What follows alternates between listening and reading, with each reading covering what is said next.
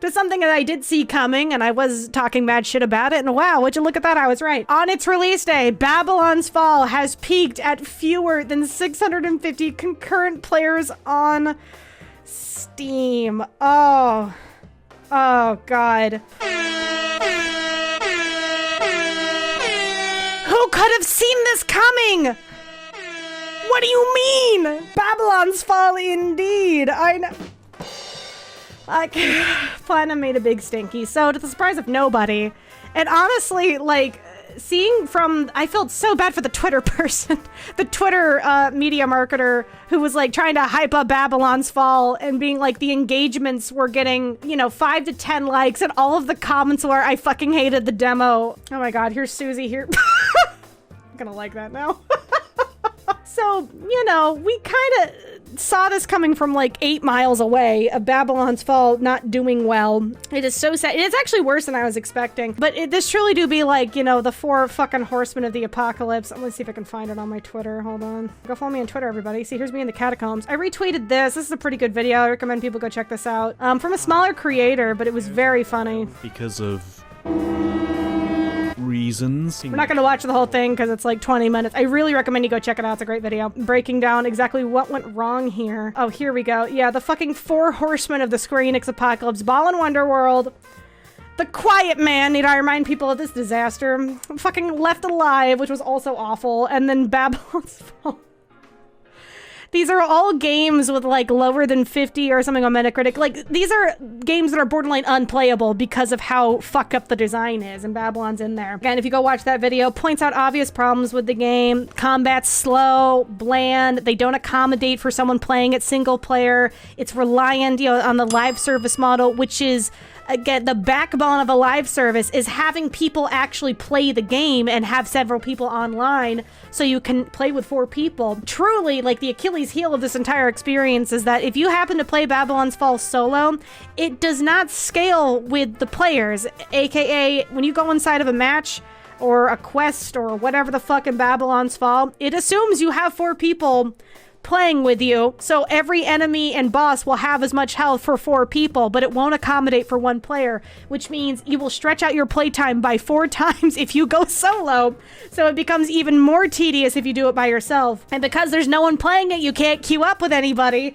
so they basically made the game an unplayable, grindy mess because of the live service model. So yeah, yes, what were they thinking? I don't know. I don't know what they were thinking. Clearly not a lot, and clearly the development team was embarrassed by it. Like, Square Enix wasn't even like promoting it. I think they knew that it was gonna flop not too long ago. There's a video of people being unable to clear DPS checks. Yeah, it's crazy. Oh yeah, plus you need a Square Enix account to play it. Yeah, so in the beginning of this video, it's like the first thing is that when you boot it up, the first thing in the demo, the first thing it wants to do is make a Square Enix account. Fuck that. We just went over like how these third-party, you know, launcher integration accounts suck every time. Doesn't matter how they come. They always suck. Square Enix 100% knew it wasn't going to do well because they didn't even try to market it. Yeah, I don't even know what the aftermath of this game is going to be. Oh, really? The nail in the coffin for Babylon's Fall is on top of it being a live service game that, like, you know, again, microtransactions, battle passes, that whole shebang, is that it wasn't a free-to-play. It's not a free-to-play game. It is a full-price retail launch title. It is $60 to get access to the game, and yeah, and with that, that's what happens, and you get numbers like this. So I'm so interested to see how long it's going to take for Babylon's Fall to become free to play, if it will get updated at all, or are they just gonna like let it die and just, you know, just push it to the side and throw it in the trash and never think about it again? Are they even going to attempt to salvage this game? I have no idea. So it is really funny how Square Enix can pump out some of the most beloved, you know, high quality looking games for people, and simultaneously release stuff like this. Not doing great, guys, not doing great. Yeah, here are the cutscenes in Babylon's Fall to give you an idea.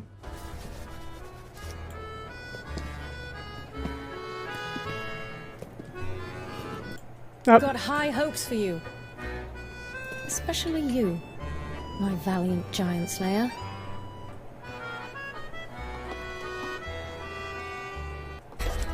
Oh, brother, this guy stinks! That was PowerPoint, what the fuck? I think they're trying to go for like the Bayonetta, like PowerPoint like cutscenes. It's a good way to kind of like, again, convey the imagery without doing all the animation work, but there's no style behind it, so it just looks like shit.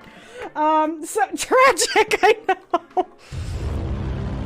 Why does it look like a bad porn game? They really missed the mark with the painted look. Well, again, my logic behind that, the whole painted, you know, aesthetic of it, and it's this really horrendous filter of like kind of, they're trying to go for like a pastel oil painting look. The reason why I think they only went for that is because of the online live service aspect of it.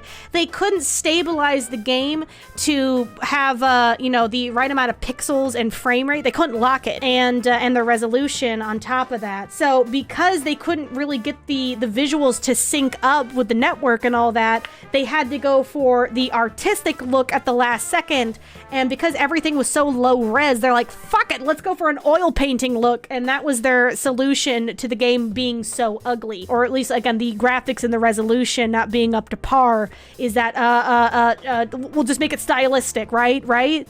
It's not that ugly now. It's part of the, it's a choice. It's an artistic choice. Platinum did do an interview talking about, they took a subtle dunk at Konami for their NFT shit. There's several interviews about kind of like what Platinum's been up to, the future of the games. Talk Bayonetta 3. There was no restriction from Nintendo. You know, they trying to experiment with Bayonetta 3 and stuff, few other things. Nothing that super pops out. We've been talking about Platinum a lot. Another thing is that they are, you know, definitely interested in, Platinum is interested in being acquired and bought as long as they can maintain their creative freedom without restriction. That's what they've stated. So Platinum's in a weird state right now where Bayonetta 3, especially with Babylon's Fall coming out in the state that it has, is really going to be the thing that makes or breaks Platinum as an independent game studio. Because as it stands now, they're independent in the sense that they will take contracts from publishers. So in this case, like Square Enix approached Platinum being like, hey, we want you to develop a game for us. So, you know, we'll give you the funding, and then, you know, you make the game, and then you get Babylon's Fall. Same deal with Nintendo. Nintendo's like, we want you to make a game for us with Bayonetta 3. We'll fund it. But for the most part, they're an independent company, and they're contracted. They're not owned by anybody. So they are like that right now, but they obviously would want that to possibly, you know, if someone comes along and offers to acquire them and give them endless funding for, you know, in exchange, they get to make the games that they want. That's kind of their dream deal. But until then, they are funding themselves. They are owned from themselves. But when you are contracted, you know, by a publisher, in this case, either Nintendo or Square Enix, they are the ones funding the project. So they do have creative control to an extent. Now, the real question with Babylon's Fall is, whose idea was it to make it a live service game? Was it Square Enix, who has been showing consistent patterns of leaning harder towards live service models? Or was it an internal decision from Platinum because they've also opened up another division to focus on live service games? Truly, we do not know whose decision it was to make Babylon's Fall a live service game. I want to chalk it up to Square Enix just because the pattern shows that Square has an interest in live service models. Clearly, microtransactions. Again, look at Avengers. The recent Chocobo racing game has microtransactions and all that. You know, they've stated in their financial reports that they want more live service games. It's easy to say that Square Enix was the one who was responsible for making Babylon's Fall a live service title,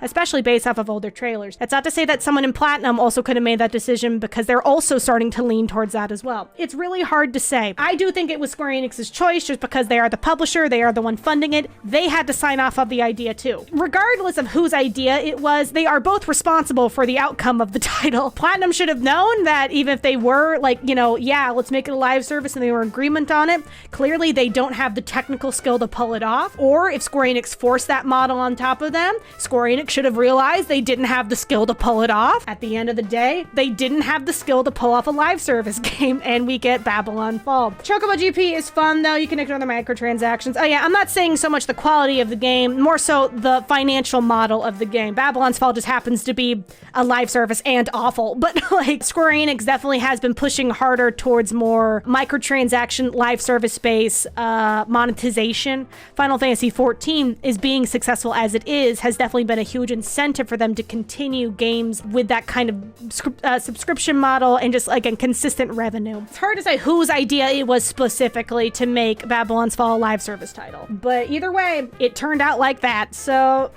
ripperoni. To the surprise of nobody, place your bets in now. When do you think Babylon's Fall is gonna go free to play? My guess is in the next 2 to 3 months. At this rate, very soon. Very soon will it go free to play. It's gonna go to PS Plus subscription in less than 6 months, in my opinion. That's a good call. Yeah, 3 weeks within the next month. Almost definitely. I've never seen a live service game released with this much of a flop. I'm shocked. But not really. But I'm shocked at how bad it ended up being. How there's no enthusiasm for it, like at all. So yeah, Kirby. If there's one thing to take away, guys, it's Kirby.